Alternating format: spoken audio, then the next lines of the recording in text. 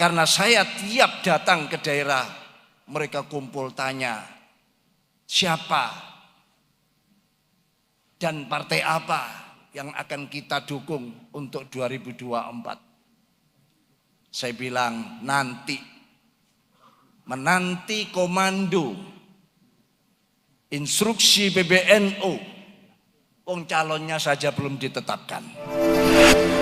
Yang hadir di belakang saya, Masya Allah para masyayikh, tidak bisa sebut satu persatu, juga yang di tengah-tengah.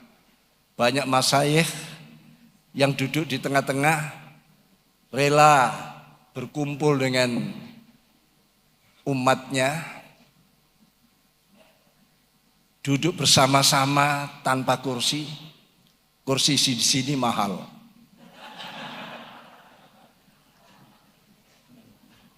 Kursi untuk 2024.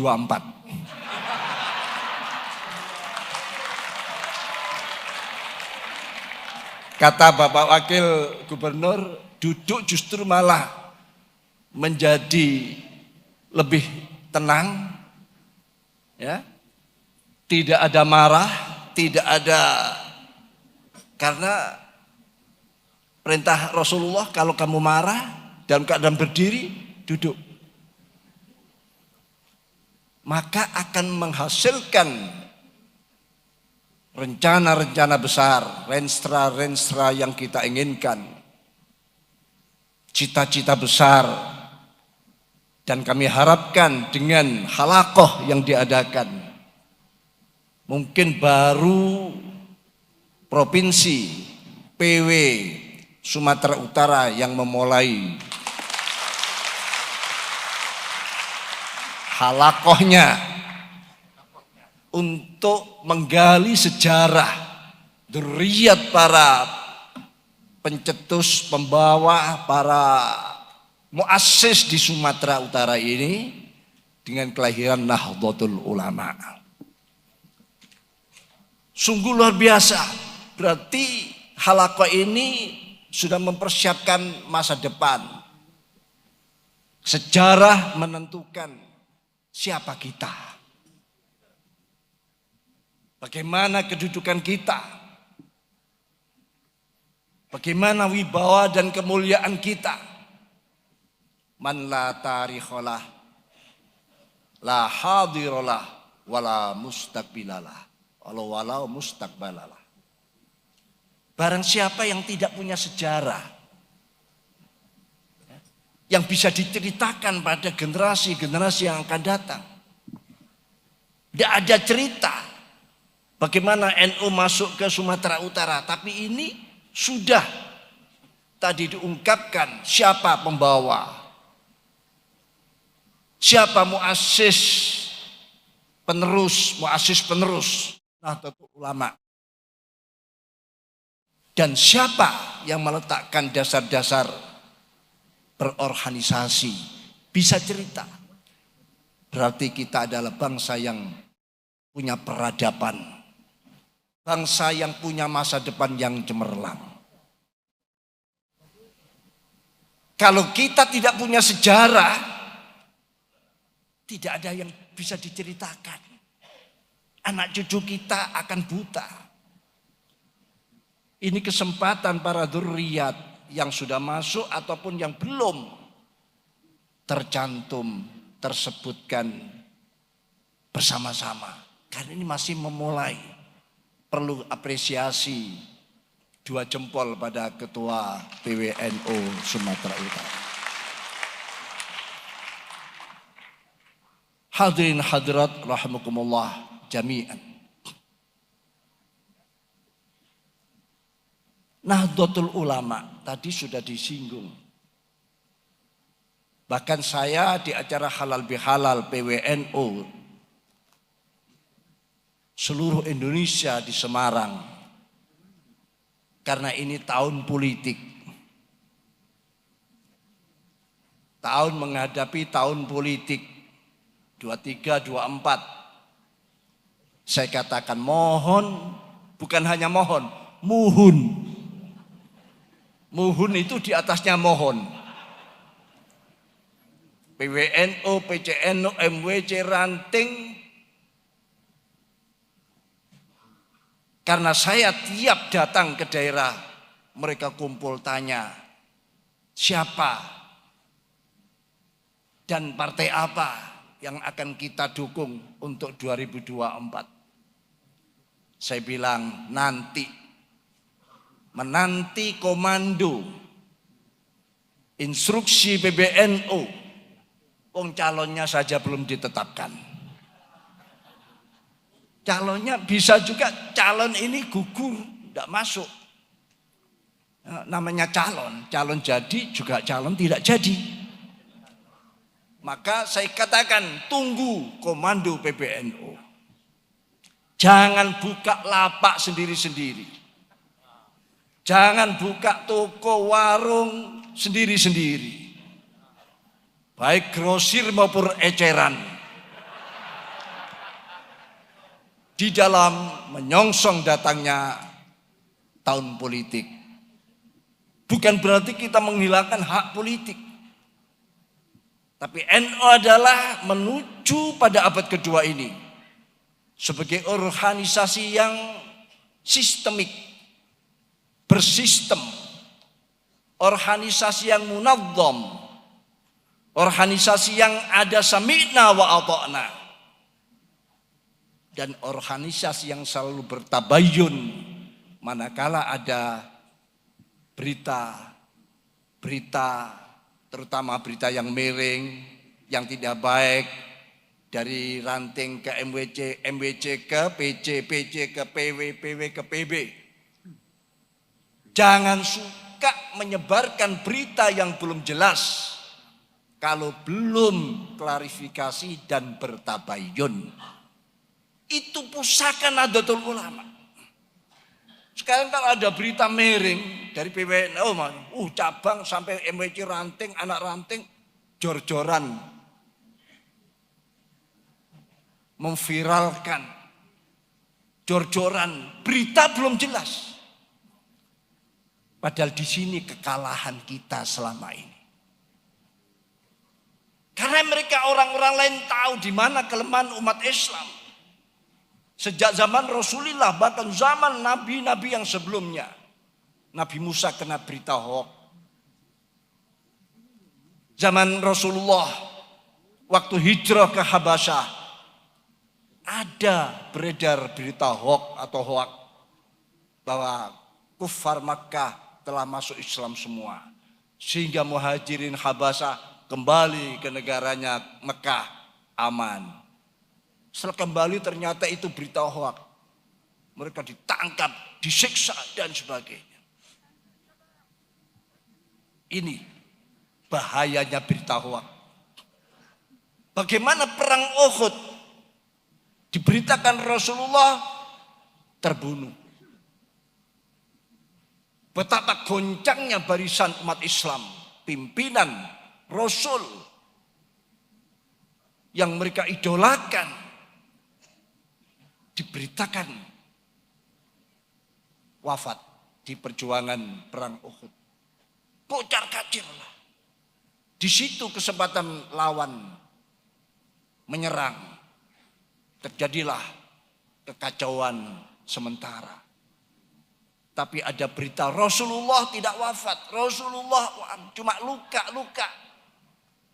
Kembali umat Islam. Dan akhirnya bisa memukul mundur musuh-musuh yang saat itu dipimpin oleh sahabat Khalid bin Walid sebelum masuk Islam. Maka kita harus hati-hati berita hoax ini. Kalau belum jelas jangan. Ya. Padahal di sini merupakan basisnya ulama-ulama jebolan Timur Tengah, ulama-ulama pesantren Mustafawiyah yang tadi disebutkan. Ulama-ulama pesantrennya Syekh Ali Marbun dan pesantren-pesantren yang lain. Tidak ada apa-apanya saya ini. Tapi kagetan dan gawaan. Ya betul. Malah makanya jangan kaget. Nanti saya pulang sudah nggak usah repot-repot. Sakit semua tangan ini. Nanti saya pulang ke rumah dipijat lagi ini. Padahal saya berangkat ke sini belum sehat betul. Hanya karena beliau yang punya semangat. Tadi saya pamitan setelah ketemu dengan Bapak Wakil Gubernur, Bapak Wakil Kapolda, Wakapolda, Bapak beberapa tokoh. Saya pamitan. Sebetulnya perut ini agak masih ini apa? Ingin titip-titip di hotel itu. Meninggalkan tinggalan di hotel. Tapi alhamdulillah saya bisa hadir, bisa ketemu. Hadirin hadirat rahimakumullah. Musyawarah kerja nanti kami harapkan bisa melahirkan renstra-renstra. Bagaimana Nahdlatul Ulama, bagaimana Sumatera Utara, warga Nahdiyat ini bisa klasternya naik menjadi klaster A sama dengan yang ada di Jawa. Kalau melihat seperti ini ribuan, ini yang ada di dalam, yang belum dapat tempat di luar, coba lihat, luar biasa ini. Maka pas tema 1000 tokoh, 1000 ulama saat ini kumpul untuk berhalakoh dan untuk musyawarah kerja PWNU. Belum yang uzur-uzur ma'zurin, belum yang ingin datang tapi tidak bisa karena ada kesibukan lain. Ini tanda dalam kepemimpinan Rais Suriah PWNU Sumatera Utara Al-Mukarram Kiai Haji Bahauddin Nasution dan Kiai Haji Marhalim Harahap. Ya, termasuk dalam hikam disebutkan man asyraqat bidayatuh asyraqat nihayatuh. Barang siapa yang memulai sebuah gerakan perilaku, organisasi, kepemimpinan, perkhidmatan dengan model-model betul-betul melaksanakan amanah dengan baik, asyraqat bidayatuh, maka akan menghasilkan asyraqat nihayatuh. Puncak yang cemerlang itu tergantung dengan bagaimana awal mula memulai sebuah langkah, sebuah gerakan. Tidak bisa orang ujuk-ujuk jadi, tidak persiapan tiba-tiba jadi hebat. Tapi bagi Allah itu mungkin. Tapi Allah sudah menjadikan sunnatullah. Semua organisasi harus berjalan seperti layaknya sabab dan musabab. Ya, hukum kausalitas ini dipenuhi. Syarat masrut dipenuhi. Ini paham ya? Kok diam saja kalau paham? Jangan-jangan tidak paham. Ya tidak apa-apa, tidak paham. Diam saja tidak apa-apa. Nanti kan paham-paham sendiri. Ditentir terus oleh beliau-beliau di Suriah ini, di PW ini. Kami punya gagasan.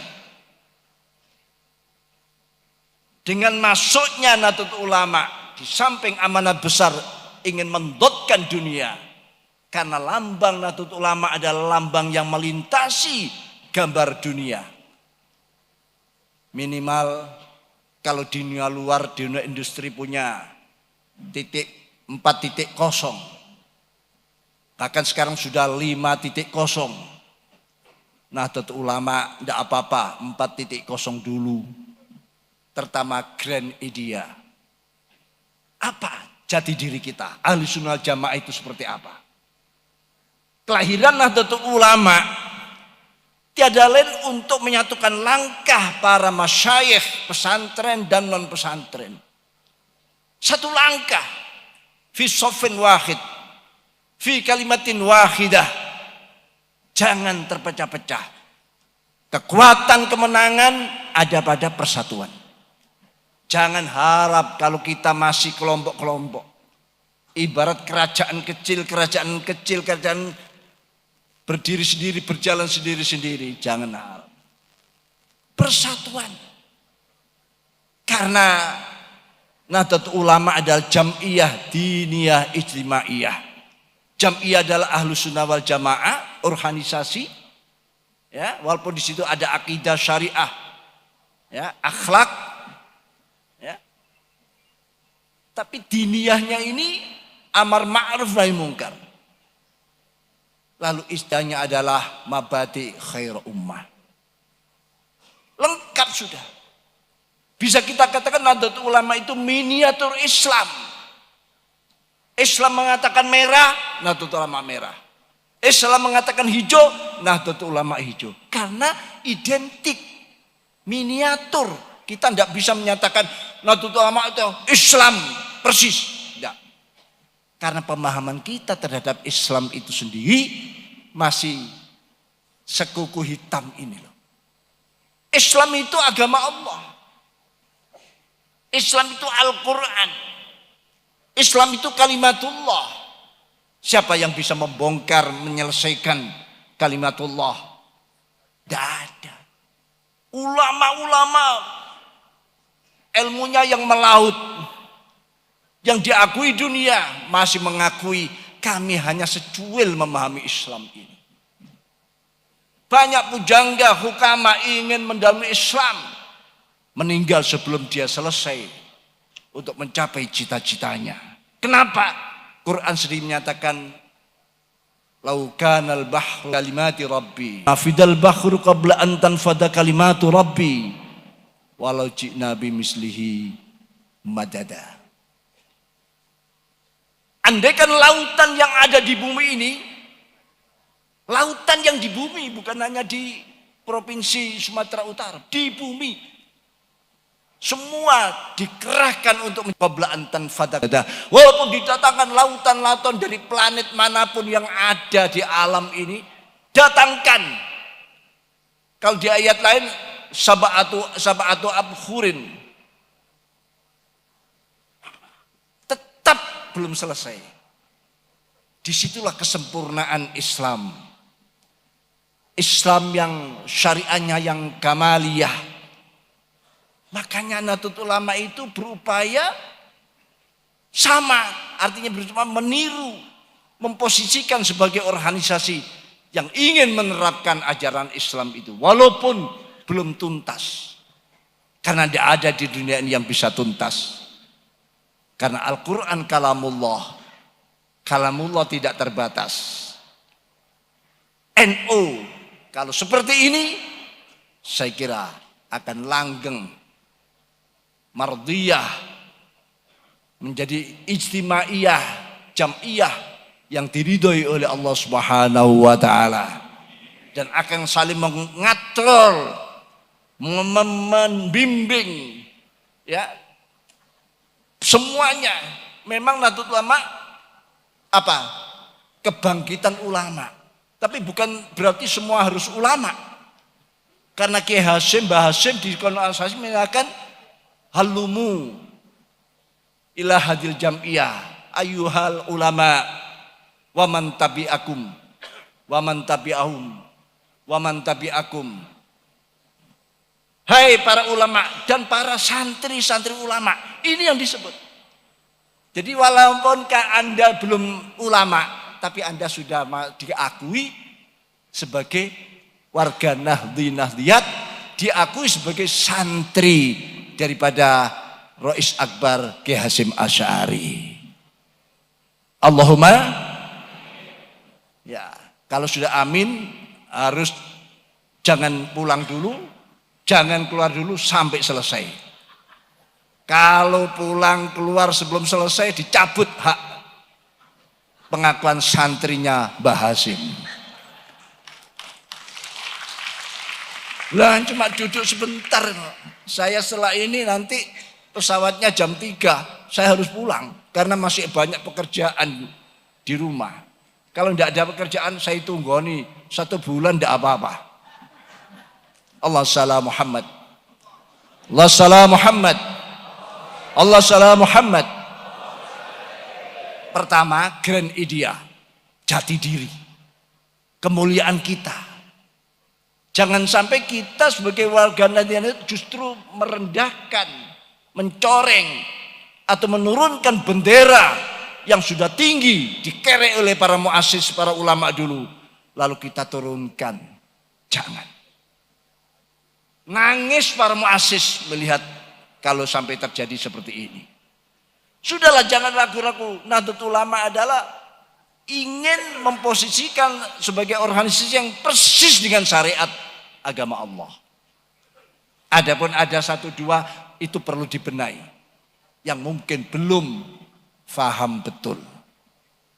Ya, karena memang anggota kita Masya Allah berbagai macam, berbagai lapisan kewajiban kita. Dakwah itu kan apa? Merangkul, tidak memukul. Kan begitu? Ya. Menarik atau menjadikan simpati. Ya, tidak empati. Ya. Membela, tidak mencela. Merangkul, tidak memukul. Menyayangi, tidak menyaingi. Apalagi? Ya. Membina, tidak menghina. Ya. Ini adalah dakwah kita. Pak, saya ingin cerita sedikit. Kita harus bisa bergaul, ketemu dengan semua umat. Macam dalam rangka kita sampaikan dakwah kita. Dalam rangka kita memperkenalkan bagaimana etika Islam. Bagaimana akhlak Islam. Ya. Bagaimana Islam bermasyarakat. Yang ini sudah banyak hilang dari tengah-tengah kita. Tapi walaupun begitu, sampai sekarang NU masih dikenal suatu organisasi yang paling demokratis. Bisa diterima oleh semua kalangan. Coba. Tadi saya katakan Islam itu Masya Allah. Ya. Belum ada satupun kecuali Rasulullah Sallallahu Alaihi Wasallam yang sudah tuntas menyampaikan apa itu Islam. Selesai tugas beliau. Karena tugas beliau adalah di antara tabligh dan selesai. Selain beliau masih tanda tanya besar. Yang mana Islam ini dibagi menjadi 4. Menghadapi sesaudara sendiri, ikhwah Islamiyah, menghadapi muahadin, dhimmiyin, ya, menghadapi mereka-mereka yang minta damai dan berdamai, menghadapi mereka yang memang ingin memerangi, memusnahkan, menyapu bersih, membumi hanguskan Islam. Mungkin hanya 2 yang akan saya sampaikan. Quran sendiri menyatakan, wa yu'thiruna ala anfusihim walau kana bihim khassasah. Tanda-tanda orang Islam termasuk Nahdlatul mendahulukan kepentingan orang lain walaupun dirinya sendiri sebetulnya sangat butuh. Itu dipraktekkan oleh para sahabat-sahabat Rasulullah sallallahu alaihi wasallam. Ingin bukti? Ingin bukti? Perang Yarmuk. Perang yang terjadi pada awal-awal Islam menghadapi orang-orang Eropa. Sekali lagi, Islam tidak pernah mengajak perang. Islam tidak pernah mengawali perang. Justru Islam yang diperangi lebih dulu. Perangnya Islam hanya menahan diri, mempertahankan diri. Perang Yarmuk. Setelah usai, ada sahabat yang nama Abu Jahm, ya, bin Hudzaifah al-Hudali. Beliau menanti saudara misalnya yang belum pulang dari medan perang. Dalam situasi terik matahari, kok belum pulang-pulang, dia mungkin terluka berat dan dalam keadaan kehausan. Akhirnya punya inisiatif bawa kendi, air, ya tempat air untuk mencari saudaranya. Mungkin dia butuh minum saat ini. Cari di tengah terik matahari. Akhirnya ketemulah saudaranya dalam keadaan sekarat, sudah tidak mampu bicara, hanya merintih. Disodori air oleh sahabat Abu Jaham. Dia cuma isyarat segera diminumkan air tersebut. Begitu dituangkan air mau diminumkan, tiba-tiba mendengar rintian tidak jauh dari situ. Kira-kira 50 meter.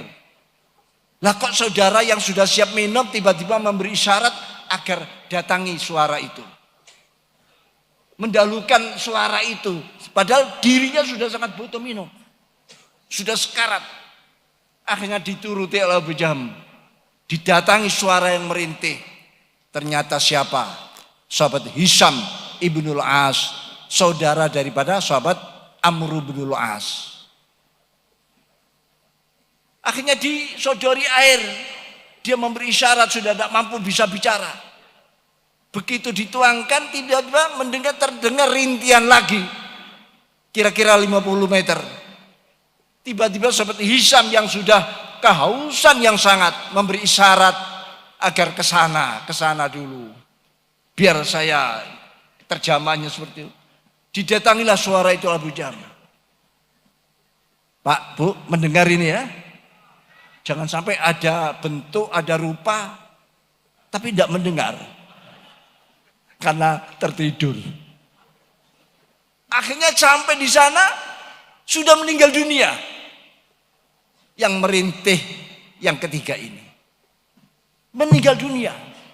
Akhirnya kembali ke sahabat Hisham ibnu As. Sampai di sahabat Hisham juga sudah meninggal dunia. Hanya karena mendahulukan saudaranya. Akhirnya kembali ke saudaranya yang tadi awal. Sampai di saudaranya sudah meninggal dunia. Tiga meninggal belum sempat minum. Hanya karena ingin mendahulukan saudaranya untuk meminum itu. Ada di sini seperti itu. Ada di sini seperti itu, jawab. Ada. Mana orangnya? Mana? Ingin tahu saya. Yang mendahulukan kepentingan saudara sesama muslim walaupun dirinya sangat butuh. Itulah ayatnya wa yu'thiruna ala anfusihim walau kana bihim khasasah. Ini sesama. Ini dipraktekkan oleh zaman sahabat, saudaraku. Dipraktekkan. Islam sudah memulai. Sekarang kok tidak ada ya? Lah ini. Kok sampai tidak ada? Yang kedua adalah waktu wafatnya Rasulullah Shallallahu Alaihi Wasallam. Sahabat-sahabat gaduh.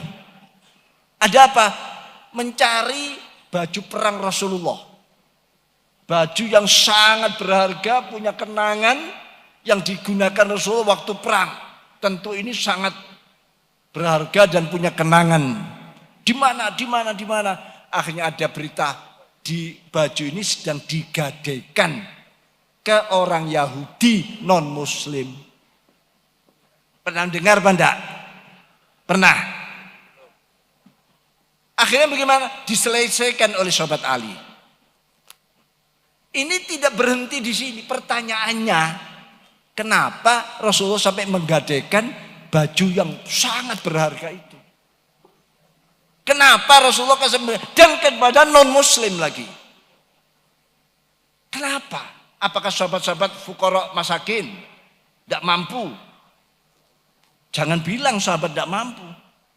Sama tahu sahabat Abdurrahman bin Auf kalau mendatangkan dagangannya, bisnisnya, kota Madinah itu goyang karena ratusan unta-unta yang mengangkut dagangan masuk kota Madinah goyang. Sahabat Abdurrahman bin Auf. Siapa sahabat Utsman? punya pembantu tidak kurang dari 400 pembantu. Siapa sahabat Abu Bakar? Siapa sahabat Dahdah bin Dahdah? Yang kebun kurmanya, semua miliknya diserahkan untuk perjuangan Rasulullah Sallallahu Alaihi Wasallam. Dalam artinya, apakah sahabat-sahabat itu kikir-kikir kok tidak mau bantu Rasulullah? Oh, hanya baju perang kok sampai tergadek pada orang yatim. Ini pertanyaan yang belum terungkap. Ya, jangan sekali kita mengira sahabat fakir miskin, sahabat kikir. Jangankan cuma harta bendanya diminta, lehernya diminta Rasulullah diberikan. Betul apa enggak? Tapi kenapa Rasulullah? Ini yang harus kita cari, kita ungkap. Ternyata hikmahnya Rasulullah menitipkan dalam Islam hak-hak non muslim. Jangan karena kamu mayoritas lalu kamu ambil semua hak itu. Kamu tindas mereka yang non muslim. Hak-haknya kamu ambil, kamu zalimi. Mereka punya hak. Maka dengan sikapmu yang seperti itu, yang bijak, yang adil, mereka akan tertarik. Justru makan masuk Islam. Wali Songo mengislamkan Indonesia dengan moralitas dan akhlak etika yang sangat menarik. Tidak ada setetes darah yang menetes dalam perubahan Indonesia menjadi negara yang mayoritas muslim. Ini jasa Wali Songo, panjenengan semua bisa mengenal, bisa berorganisasi Nahdlatul Ulama ini. Ya, jadi itu Rasulullah memberi amanat. Ingat ada hak di non muslim, jangan kamu zalimi.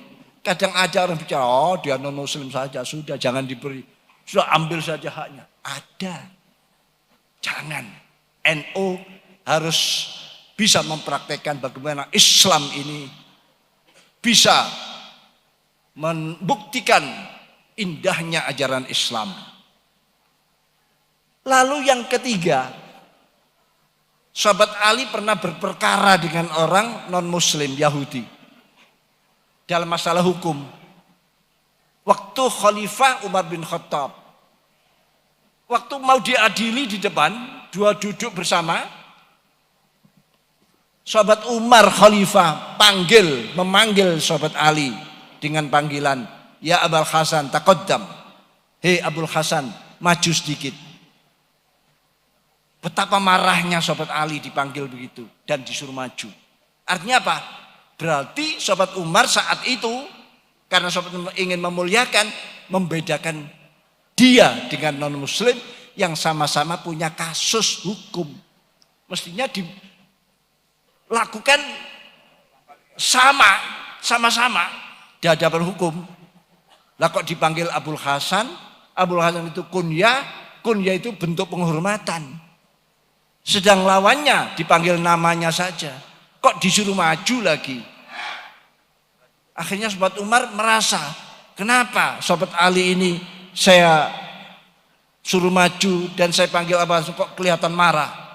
Akhirnya tanya, sahabat Ali menyampaikan, ya Amirul bagaimana sih tidak marah? Kenapa Paduka kok membeda-bedakan saya dengan non muslim yang sama-sama punya perkara? Buat sama di hadapan hukum, jangan dibeda-bedakan. Itu Islam. Banyak Pak contoh yang lain belum kami sampaikan.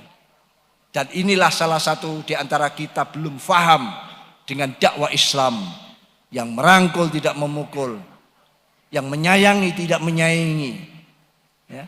Yang simpati bukan empati, dan seterusnya dan seterusnya. Ini bekal dan arahan daripada PBNU, katakanlah di mana-mana saya sampaikan. Yang kedua, Grand Design 100 tahun 1 abad masuk abad kedua. Agama Islam ini setiap 1 abad Allah akan mengirim, menjadikan, mengutus mujaddid pembaharu, penyegar hukum-hukum Islam yang sudah mulai banyak ditinggalkan. Sudah mulai menipis. Itu Islam, apalagi organisasi. Izdihad ulama, izdihad muassis. Satu abad tentu banyak yang sudah mulai kita ada perubahan-perubahan. Kita segarkan kembali dalam abad yang kedua ini. Maka ada grand design, mana yang perlu didesain ulang. Mana yang perlu diperbaiki. Paham ya? Saya singkat saja. Ini sudah 7 hari 7 malam ada di Cindak pulang-pulang. Sudah dinanti oleh keluarganya ini rupanya. Yang ketiga adalah setelah grand desain lalu adalah kaderisasi. Kaderisasi dan sekarang sudah dijalankan Nahdlatul Ulama. Kader-kader kalau sudah mumpuni, sudah siap pakai, siap disebar, siap ditunjuk untuk menjadi ular-ular sebagai presiden, wakil presiden, gubernur, wakil gubernur, bupati, wakil bupati, dan seterusnya. Ini kesaibat ular, ulo. Karena Syekhana Khalil mengisyaratkan pada Mbah Hasyim agar mendirikan organisasi, dikirimlah tongkat dan surat Toha ayat 17 sampai 23 dan seutas tasbih. Yang tongkat Nabi Musa ini kalau digunakan berubah menjadi ular menghadapi kedzaliman-kedzaliman termasuk kedzaliman Fir'aun dan tukang sihir Fir'aun. Jadi Nahdlatul Ulama siap jadi ular kalau itu perintah. Rois Surya dan Mustasyar sepakat. Misalnya contoh saja, ya, contoh wakil gubernur Bapak Musa Rajesh Khan, kok diperintah kamu harus jadi gubernur misalnya perintah Rois Surya dilaksanakan oleh Tanfidiyah karena saat ini periode milik Surya. Sebetulnya selama semuanya milik Surya. Tapi Surya yang mau turun ke bawah. Jangan Surya yang duduk-duduk di kursi cuma perintah-perintah, tidak ngerti keadaan yang ada di daerah-daerah. Makanya PBNU saya dengan Surya akan turun ke bawah nanti, menyapa. Mudah-mudahan sampai ketika cabang muslimat ikut serta, fatah ikut serta, ya sampai ke cabang mengundang MWC Ranting. Kumpul. PW mengundang PC. Ya karena kalau diundang semua satu persatu ya habis usia ini. Ya, remek semua ini. Nah, kita sapa mereka agar mereka merasa disapa, diperhatikan, diuwongno. Ini. Setuju nggih? Ini sudah kita rancang. PBNU dalam Surya akan turun, ya. Tinggal nanti hasilnya kita serahkan pada Tanfidiyah agar Tanfidiyah mengkonsep bagaimana sebaiknya ini. Pak, Bu, PBNU sekarang periode ini fi auji al-qimmah. Belum kita pernah merasakan PBNU itu bersatu, bersepakat, ya, fi sofin wahid seperti saat ini. Tidak ada saluran-saluran yang tersumbat. Tanfidiyah punya rencana lapor ke Surya. Surya memberikan arahan dan sebagainya. Ini terus berjalan. Mudah-mudahan di Sumut juga begini, di PC-PCNU se-Sumatera Utara juga begini. Allahumma ini. Jadi kalau Surya perintah kamu jadi DPR, kayak siapa Harun, misalnya, atau DPR pusat, misalnya, Tapi itu perintah Suriah mengikutsertakan mustasar disampaikan pada Tanfidiyah. Tanfidiyah perintah kamu harus jadi ular. Tapi perintah ini juga manakala Suriah mustasar meminta kembali, kamu sudah cukup jadi ular, kembalilah jadi tongkat. Yang ada sami'na wa ata'na. Oh, tadi belum saya sebut, adakah Kanwil Kemenak dari pimpinan provinsi yang lain yang tidak pun sebut? Kabupaten kota ya? Iya, mohon maaf. Jadi semua PC seperti itu. MWC seperti itu. Kamu sudah selesai tugasmu menjadi ular. Baliklah kamu menjadi tongkat. Kan tekat Nabi Musa kan begitu. Selesai membasmi kezaliman Fir'aun, kembali normal, sejahtera semua, kembali menjadi tongkat. Kiai-kiai kembali ke pesantren, ngurus santri, sejahtera, kesejahteraan sudah terlaksana. Seperti itu. Jangan sampai saya mendengar setelah jadi ular dan sudah cukup menurut pandangan para masyayikh Suriah, mustasar, untuk kembali menjadi tongkat, malah tidak mau kembali, inginnya jadi ular terus.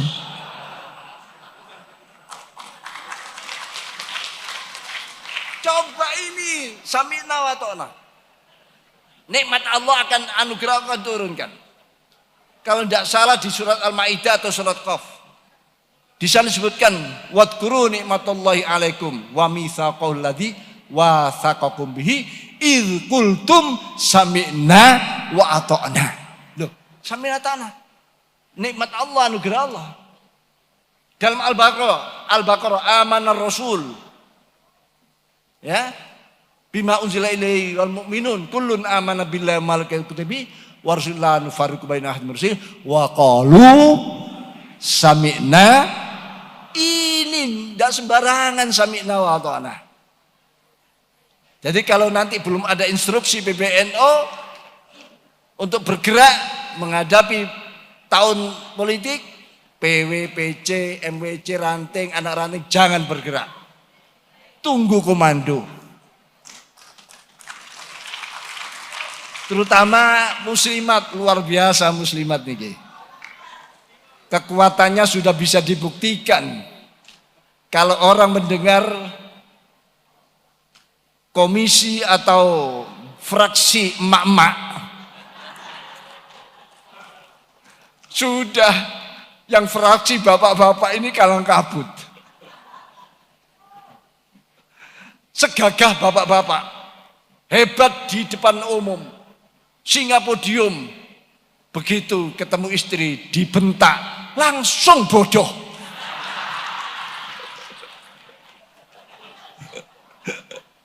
Begitu Bu, ya? Hebat memang ibu-ibu itu dalam Islam diakui.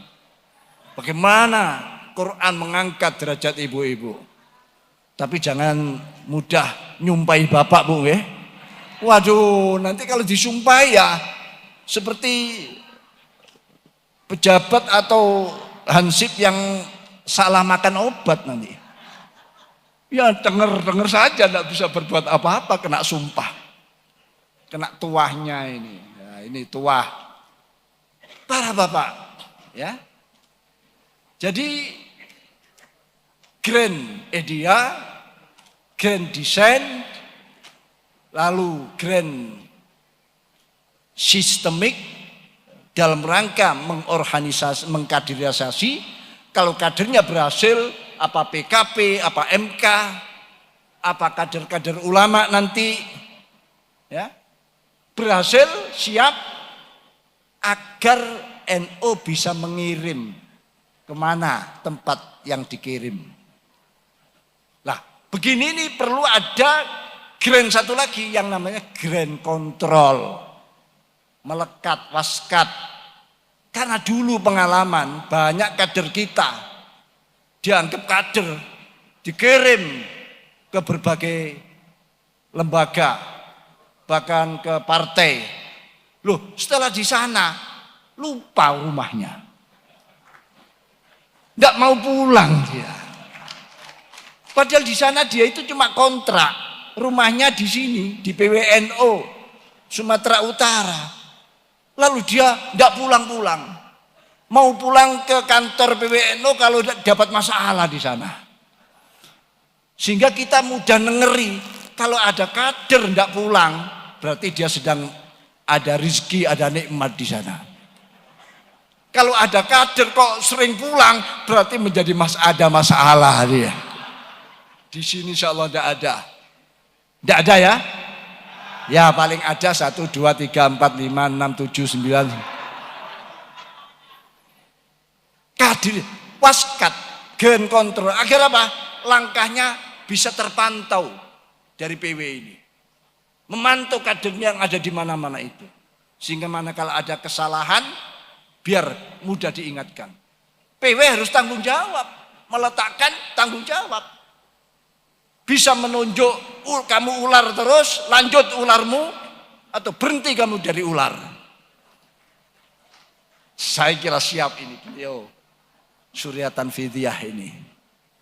Siap. Itu namanya grand control.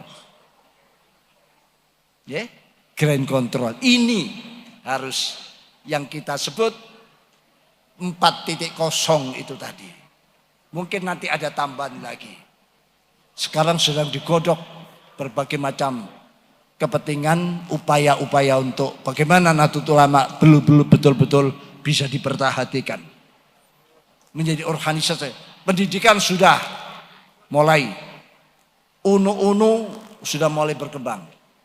Tinggal kita atur bagaimana UNU se-Indonesia satu langkah. Sehingga ada apa-apa bisa dihadapi bersama. Yang kedua kesehatan, rumah sakit sudah mulai.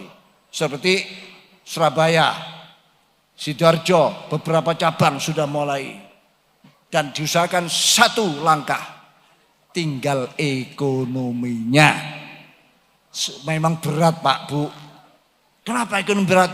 Karena apa? Banyak orang ketakutan kalau Nahdlatul Ulama itu ekonominya kuat. Kalau ekonominya kuat dan habis semuanya itu. Selesai. Saya waktu masih wakil Rois Am. Kalau setelah rapat di PBNU pulang malam pesawat terakhir. Saya pernah diajak ketemu oleh anak-anak karena ada pertemuan di Kemayoran, di PRJ Jakarta, di gedung apa saya lupa. Sedang kumpul sebagian daripada 9 naga. Tahu 9 naga? Mungkin di sini belum mengenal. 9 naga itu mungkin awalnya 9 orang yang bisnisnya sukses. Sekarang jumlahnya 18 orang. 18 orang ini menguasai ekonomi dan aset-aset Indonesia tidak kurang dari 82% aset seluruh dunia miliknya 18 orang ini. Bayangkan. Ya. Bahkan dari 18 ada satu orang yang asetnya melebihi daripada 51% seluruh Indonesia. Satu orang. Sampean berapa persen? Yang 18% dibagi pengusaha muslim, Pak JK, Pak Khairul Tanjung, ini masuk 18%. Tidak tahu saya pengusaha orang NU yang kaya di Sumatera Utara ini masuk berapa persen, saya tidak tahu. Pak JK yang perusahaannya banyak, Pak Aksa, Pak Khairul Tanjung yang punya apa? Maret Ahmad apa? Itu Alfa di mana-mana itu kebagian ngelompok ke 18%. Saya semula kurang percaya. Saya tanya ke Pak JK, apa betul ada satu orang yang asetnya melebihi daripada 51%? Betul katanya. Akhirnya saya datanglah ke sana. Saya turun, di situ sudah ada 2 meja dikelilingi orang. Saya tidak kenal. Lalu ada yang memberitahu ada Kiai PBNU datang. Mereka berdiri semua lari kecil mendatangi saya, menjabat tangan saya sambil mengucapkan terima kasih NU, terima kasih NU, terima kasih NU. Pak, NU diucapi terima kasih. Mereka punya aset yang tidak habis dimakan 7 turunan. Saya juga heran siapa dia, kenapa mereka menjadi, belum paham saya. Setelah perkenalan, ada yang namanya Michael, ada yang namanya Agung Podomoro, ada yang namanya Murdayapo dan istrinya Siti Murdaya, ada sebagian. Oh, berarti ini sebagian Sembilan Naga yang asetnya luar biasa. Tapi kok mengucapkan terima kasih NU? Padahal kenyataan NU sampai sekarang masih tetap minal mustada'afin, minal fuqara wal masalah.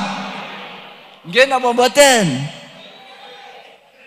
Aktsaruhum minal fuqara wal masakin. Kalau ada bagi-bagi ribuan orang datang, NU semua itu. Tapi kok diucap terima kasih? Kok enggak nyiprat, enggak netes itu loh. Akhirnya punya kesimpulan saya.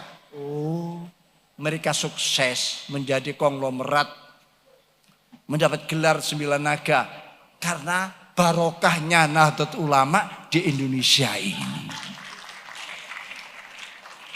Tapi barokah yang tidak seimbang karena tidak netes, cukup terima kasih. Kenapa kok terima kasih? Karena orang NU kalau sudah diucapi terima kasih langsung tidurnya dan mimpi indah. Tidak dapat apa-apa itu tidurnya mimpi indah. Dia tahu begitu. Wis, terima kasih saja. Kalau diberi cipratan ekonomi NU kuat, bahaya bagi mereka. Bahaya bagi mereka, Pak. Habis mereka. Nah ini, mari kita sadar, kita ini kuat. Kita ini menjadikan orang lain sukses. Kenapa? Karena selama ini NU tidak pernah berontak. NU tidak pernah menurunkan pimpinan di tengah jalan walaupun ada kesalahan. NU selalu menyepakati hasil kesepakatan anak bangsa. Oh, sistem pemilu seperti ini ya sudah kalau sepakati. Tapi mbok yo ada perbaikan nanti diupayakan. Begitu. Sampai sekarang tidak pernah. Akhirnya negara tenang, negara tentram, tidak ada gejolak, ekonominya, bisnisnya berjalan dengan baik. Bisnisnya akhirnya berhasil, mereka menjadi konglomerat. Walaupun sekarang belum nyiprat, belum netes, kita doakan mudah-mudahan setelah ini netes. Tapi yang barokah, Allahumma amin. Para bapak, para ibu hadirin, ini sudah jam. Dan saya lihat sudah mulai ada yang noleh ke belakang, ada yang meluruskan punggungnya, ada yang selonjor, bahkan di belakang ada yang mantuk saja mulai tadi. Bukan mantuk paham, tapi mantuk tertidur. Ya, maka saya tidak memperpanjang lebar. Masih banyak yang kalian sampaikan, tapi itu sudahlah cukup itu. Mohon bisa dikembangkan, terutama di musyawarah kerja nanti menghasilkan keputusan-keputusan yang manfaat maslahat, mengangkat derajat maslahat kesejahteraan umat. PBNU tidak berhenti terus. PCNU akan diberi pekerjaan oleh PBNU, dicarikan masih. Insya Allah nanti sehingga NU, PCNU sampai PCNU akan kuat ekonominya, ya panjenengan kecil. Dan sekarang ada PBNU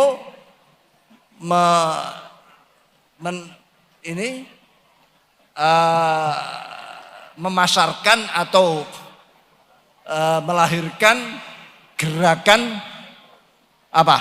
Maslahat. Sudah dengar ya? Gerakan maslahat. Warga maslahat. Ini nanti langsung PC ke MEC ke warga, langsung ke warga. Biar yang merasakan warga. Gerakan maslahat warga maslahat. Ya. Ini sudah kita tanda tangani. Ya walaupun belum merata tapi terus akan di gerakan ini salah satu bentuk kepedulian PBNU untuk mengangkat derajat mensejahterakan warga terutama yang paling bawah. Didoakan nggih Bu nggih. Muga-muga sukses dan lancar. Saya sebagai mewakili PBNU sebagai Rois Am menyatakan rapat kerja PBNU Sumatera Utara Sumut mulai hari ini kami nyatakan dengan ucapan bismillah tawakkaltu 'ala Allah wala haula wala quwata illa billah. Rapat kerja PBNU Sumatera Utara dimulai.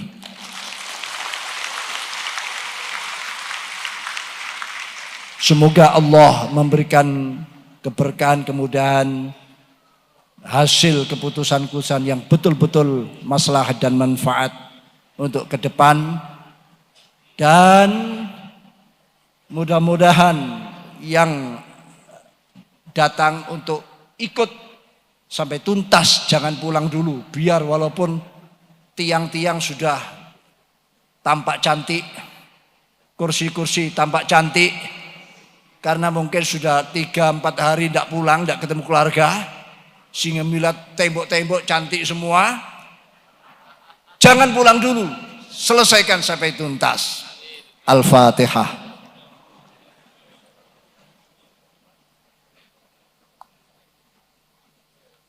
Demikian, mohon maaf, malah ada kata yang kurang baik, kurang benar. Maklum saya ini Surabaya, bonek. Orang Surabaya itu kalau ngomongnya kasar, Pak Wakapolda ini ya. Ini orang Surabaya ini. Jadi kalau ada, tapi sama kok, Medan Surabaya itu dulu sama. Sama. Ya pendukung sepak bolanya PSMS dan Persebaya tawuran terus. Ya, tidak ada bedanya Medan dan Surabaya. Saudara ya, saudara. Horas Medan, Horas Sumatera Utara.